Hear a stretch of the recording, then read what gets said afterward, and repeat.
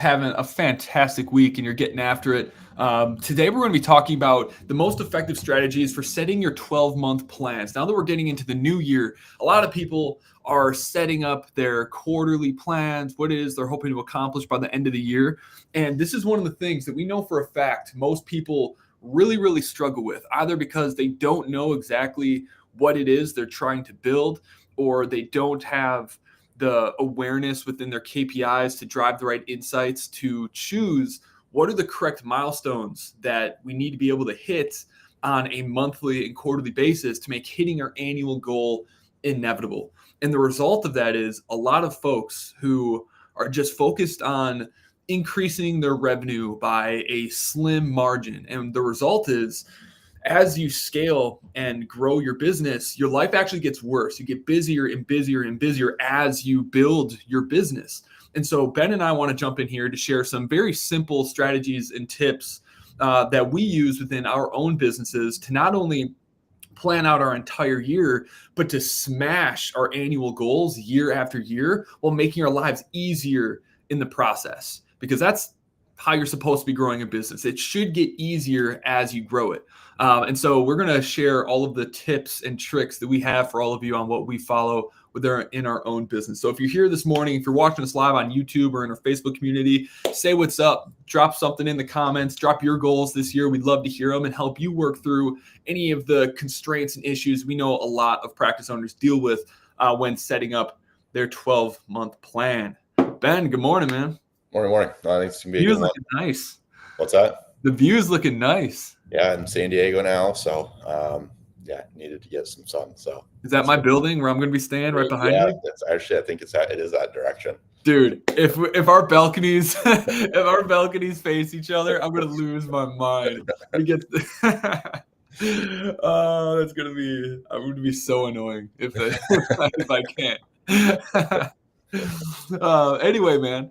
Annual planning. Obviously, we already laid our targets for the year, but I'm curious, like for you, what are some of the biggest mistakes that people make when they're setting their annual goals?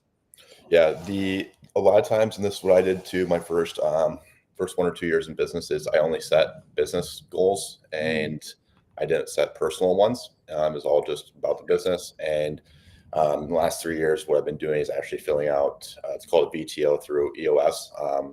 It's a great document that walks you through on how to set goals, and a really good chart that will help you reverse engineer where you want to be going in 10 years, and then reverse engineer to 3 and then into 1.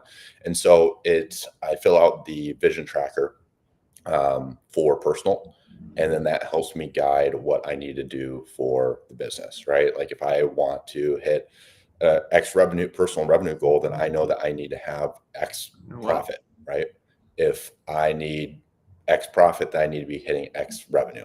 So it allows me to figure out how much I need to be generating in my practice from a financial standpoint. And then also from a time freedom standpoint, what do I want to be able to do, in the next year? Like maybe I want to do a trip to Italy or something like that. Mm-hmm. I can't be working in the business, right? So how do I start getting my time back? Okay, now I know that for me to get my time back, I need to hire. Okay, great. Now when I go fill out my business goals, I know that hiring is going to have to be on there, right? So you can see how the personal goals start shaping your business. Like for example, like if somebody's like thinking about having kids in 2 or 3 years, like they realize they want to have more time with their family, with their kids, with their wife, with their spouse. And in order to do that, again, they need to hire. So how do we go about structuring the business in a way that is going to allow us to be able to hit our personal goals that we have as well? Right. And I want to dive into that a little bit deeper because I couldn't agree more with the necessity of building out your 12-month and 3-year just future vision that includes the life that you actually want to have. Because there's so many people that, sure, they may have built a 7-figure practice, but they are absolutely miserable. I just had a call with someone that joined one of our programs. This was earlier this week. And I could just tell immediately how stressed this person was, where they're making the money, but their profit margin wasn't really where it needed to be. And you could just, that this person putting in 60-hour weeks, they don't have the lifestyle and the time that they wish they had. They don't have that vitality and energy to keep going, and they're burning out. And so I want to dig into that because it's so key. Just for those of you who are watching us, this is what a vision traction organizer looks like. This is from a book called Traction. If you're new to entrepreneurship, or maybe even a veteran, but you have not read Traction, that is an absolute must of business. It is a pretty thick, it is a thick book, but everything in there is so crucial to building a healthy, successful business. If you want a shorter version of that, let me pull it back to my screen here. Here's a condensed. Were you able to see the screen that I was just sharing? No, I couldn't see the screen. It was just, yeah, I couldn't see it. Okay. Well, this is the book that you're going to want, and this breaks down exactly what the vision traction organizer actually looks like. Tells you how to fill it out. Let me see. It's right here.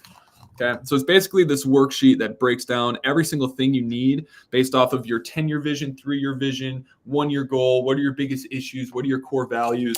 And really helps you solidify a really effective plan for growing and scaling. And so this is definitely the foundation that we use to grow our business. But let's cover the things that this book maybe doesn't cover as well as it definitely should, which is building a business that creates the life that you actually want to have. Because a lot of people, they just purely focus on business milestones. And by doing so, they accidentally make their entire identity tied to the business, which is a really, really dangerous thing to do because it leads to burnout every single time. And in order to have a well-balanced life and to have the energy that we can bring into our business and bring joy to it and have fun doing it, we definitely have to have these other personal goals with time we spend within our relationships, times we have socially, things that we do just for ourselves, so that when business inevitably ebbs and flows, we have enough of success outside of business where we don't feel those. We're not emotionally attached to the ebbs and flows of business anymore. And that allows us and reminds us it's like, we are not our business. Our business is just our job, but we have a life outside of it. And that's so important. And I can't overestimate how important that actually is, because everyone who doesn't do it burns out eventually and then realizes that the key to break through to the next level of success in their business is actually taking a little bit of time away from their business and focusing on other things within their life, which it sounds counterproductive, but it's so true. If you're not happy, that energy is going to seep into your business and it's going to plateau at some point. It's inevitable if you're not taking care of yourself. So Ben, what are some of the goals that you said that you set outside of business? Yeah, so it can be it depends on the individual, right? It can be like, hey, I want to be able to, take this trip, or I want to be able, and because that's the thing too, is it's the 10-year, it's a 3-year, it's a 1 year, and then it's a quarterly goal. And so you really want to start with that 10-year goal. Like, what do you envision and what do you want your 10-year, your life to look like in 10 years, right? And then you're going to be able to see like, well, if I want that in 10 years, what am I going to have to be doing? What is my life going to have to look like in 3 years to be on track to have that 10-year life? Okay, great. If that's in 3 years, now what do I need to do this year to be able to be on track for the 3-year? And then great. Okay, got that down. Now, what do I need to do in the next 9 days in this first quarter to be able to be on track to hit my yearly goals? And then also on this EOS doc, it has what's called an issues list. Issues list, like what is preventing me from being able to hit my quarterly goals. So now you can start working on things today and this week to be able to be on track for your quarterly goals, which means you're on track for your year, which means you're on track for your 3, which means you're on track for your 10. So it just makes it more digestible for you to be able to figure out how to be on track, because that's the thing is people set these like lofty 10-year goals and have no idea how to go about doing it. So it really makes you think about what in bite-sized chunks, what needs to happen for you to be able to be on track for those. But yeah, curious on how you go about it, Jordan. Yeah, I mean, it's all about like living a life by design and realizing that your practice is nothing more than the vehicle for delivering the impact, life, and income that you ultimately want to have. And so you got to think about all 3 of those those elements. Like, what do you want to accomplish in your professional life? What kind of impact and income do you want to make? What do you want your personal life to be like? What kind of time do you want to have to do the things that you love and pursue that are maybe outside of business? What do you want your relationships to look like with your significant other or with your friends and with your family? And how do you want to interact with strangers and people outside of your circle? These are all things that you need to keep in mind of, like, this is the life I actually want to have, because it's going to challenge you to think bigger and deeper about what it is I need to accomplish this year. Because if you're only focusing on increasing your revenue by 25%, well, then because you're not also keeping one eye on, well, how am I protecting my energy and my time and making sure that I'm living the life that I want to have? So it's going to force you to think a little bit bigger of like, okay, I want to increase revenue by this much, but I also want to have Mondays and Tuesdays where I don't have to treat patients, and I want to be able to drop my kids off at school. Okay, having all of those parameters and those elements as part of your vision is going to help you create a more streamlined and thorough plan to make that happen. And so again, it's remembering that we don't have to wait until our business hits some arbitrary number to start building the life we want. The actual key to having success is figuring out how can I build those things into my practice now so that I can bring the most amount of joy into everything that I'm doing, so that I have the most energy to be able to pour into not only my patients, but my team. And how am I optimizing my life that's going to make other physical therapists want to come and join my team? And so it really comes down to having a big vision. That's not just business, but like your philosophy and how you live your life. Because especially if you're looking to hire this year, you will very rarely you will never retain a physical therapist that has a bigger vision than you. And so you need to think bigger than just your business. What's the impact you want to have? What's the life you want to have? What are the core values that you embody that make life fun and joyful? And that's what's going to attract not only patients, but other PTs and staff in your life. So think big. I'd recommend reading the book 10X is Easier Than 2X. Ben, you want to kind of explain the 10X principle? Yeah, it pretty much just means that if you have a larger business, you have more resources at your disposal to help business grow, make your life easier, have more time freedom than if you are, a small practice. And I think that you actually brought up a great point that I was about to discuss. Is the great thing about this goal setting doc is it really makes you visualize and figure out, like, it helps you figure out holes in your thinking. So this is like for example, a really common thing for people that are just starting out is like, oh, once I get to, a full-time caseload, I'm good. Right. Mm-hmm. But what they don't realize is if you actually set your personal goals for like time freedom to be able to do X, Y, and Z, or spend this much amount of time, with your spouse, with your kids, there's holes in that because it's really considered what people have considered as a lifestyle business. There's nothing lifestyle about having a full-time caseload and then doing all the sales, marketing, and all that. And unless you are actually setting your personal goals and tying it towards your business, you're not going to realize that, hey, actually, when I have a full-time caseload, I'm not going to have this time freedom. I need to hire. Oh, wow, I need to hire. Like, it really sets in that actually, yes, by getting a full-time caseload, it's actually going to actually not align with my personal goals. Even though they think that, hey, when you're starting a business, I just want to get a full caseload. They realize if you're really tying it back to your personal goals, it actually goes completely against it. So you need to make sure that you are beginning with end in mind so you can start structuring that. So you can start thinking about hiring maybe when you're around 10 patients per week because it takes some time. Now you're going to be at 15, 20 before you're able to actually bring somebody on. So it really does a good job of poking holes in your thinking and how it's going to tie to your personal life. So right. The 10X is easier than 2X. It pretty much just says the same thing, that a lifestyle business is actually way harder than actually if you grow and scale a real business and start hiring and delegating as well. Yeah. And another way to look at it too is like when you set loftier goals that are scarier and bigger, it forces us to ask better questions. Because if you just want to increase your revenue by $5,000 next month, well, then your thinking is going to be like, okay, I'll just do like one more workshop, or I'll spend a little bit more on ads. But if you're asking yourself, like, how can I go from $20K a month to $50,000 a month this quarter, that's going to challenge your thinking a lot more, where it's like, okay, well, need to bring on another PT. Yeah, I need to do some more workshops, maybe spend some more on ads, but maybe I'm going to focus a lot more on creating more content that's out there, or look for referral partners are in town where it's like, if they just sent an email to their email list, my business would blow up. And so you're forced to think bigger and more strategically about what's actually going to move the needle, and whether or not you hit that goal doesn't really matter, because you thought big and you took bigger action, which is going to lead to astronomically bigger results and faster results than if you were just trying to add $5,000 to $5,000 a month. And so it's really challenging our thinking and aiming big.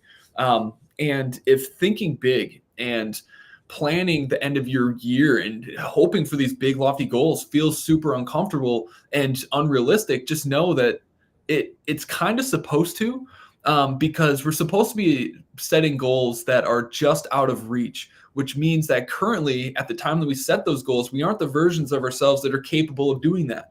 And so in order to hit that goal, yeah, we have to work on the business, but it also means that we have to work on ourselves. And the more we work on ourselves, the more obvious it is to us that the goal we set is actually extremely attainable.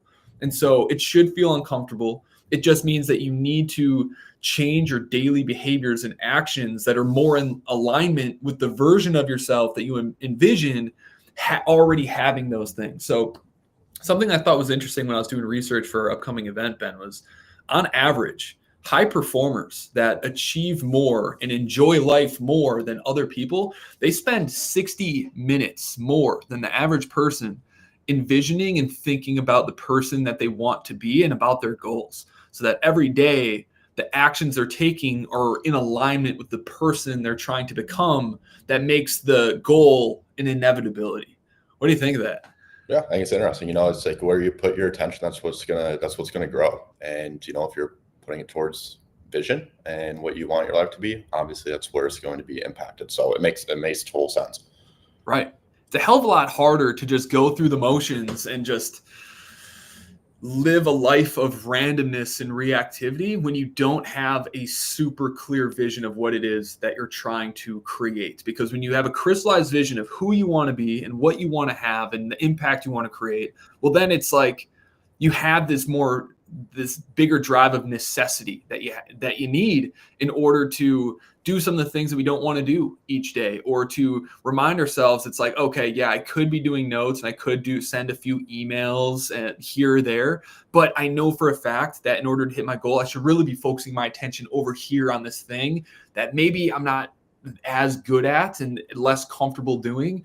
But without that connection to the future and what you're trying to build, it's really easy to just get caught in the day-to-day crap and not making it, and it being harder for you to like check yourself on the activities that you're doing.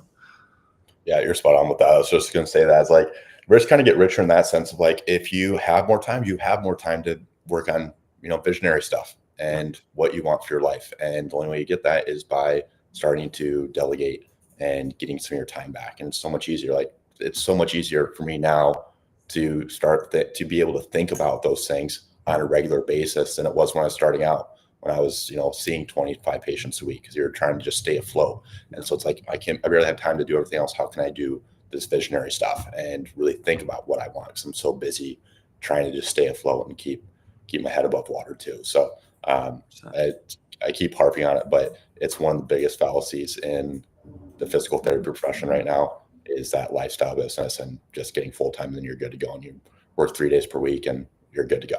Now, right, you're working you're seeing only 20, 25 patients a week, but you're working 60 to 80 hours to do everything else in your business too. Perfect example. One of our clients, he was a solo, got him ramped up to like 15, 20K a month. He was making more money than he ever had.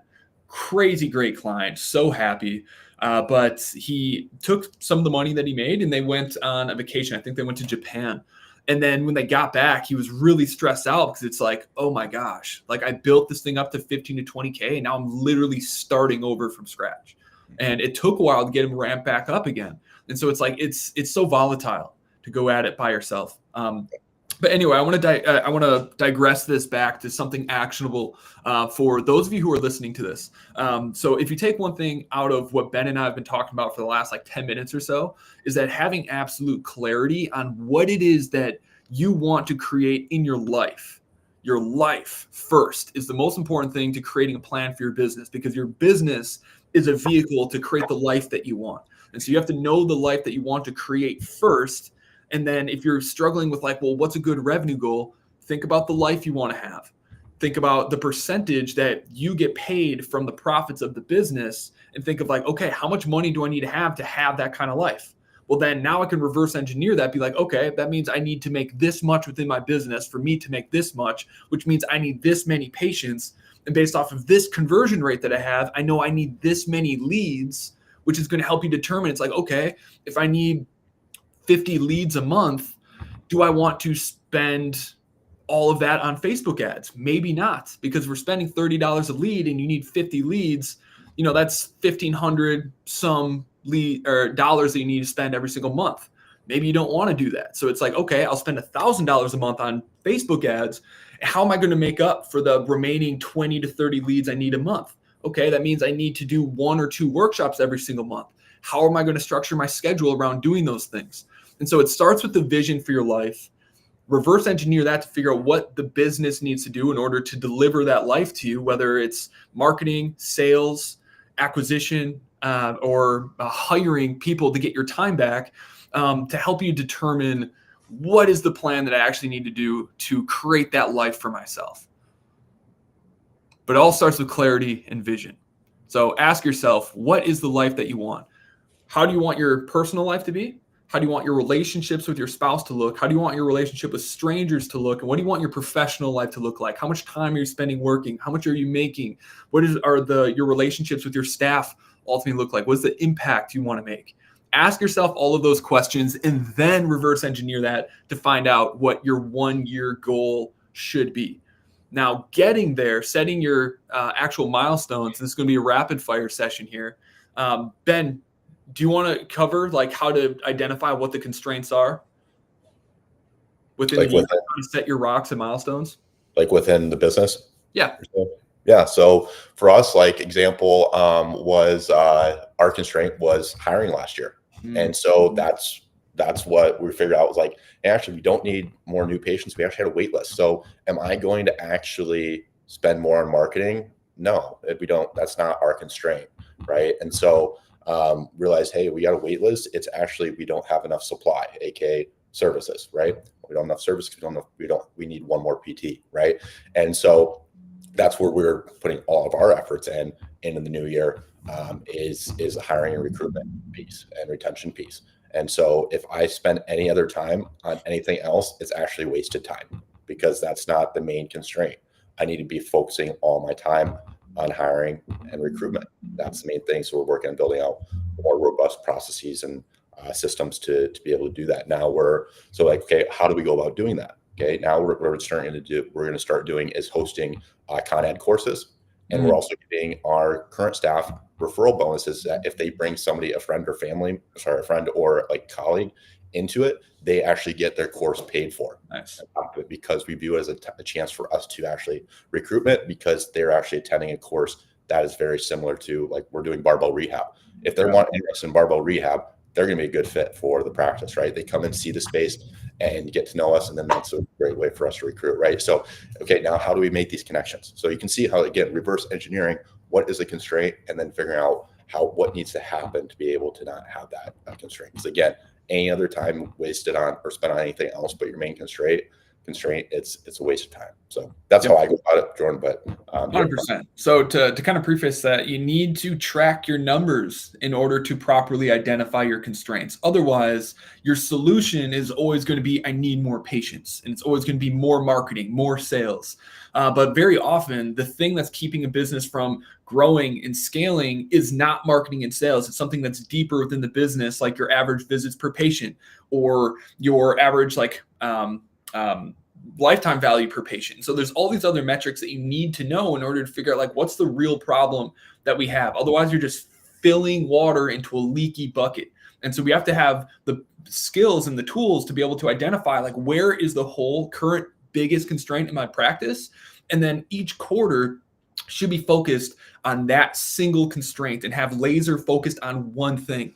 Many of you are trying to do too much at once in a quarter, and you're greatly overestimating what you can accomplish in a month or in that quarter, and greatly underestimating what you're capable of accomplishing in 12 months if you stay laser focused on solving one problem at a time. And so within your practice, at any given time, there's only 5 potential areas where your practice is stuck. Okay, there's lead acquisition, there's lead nurturing, conversions, fulfillment, and retention.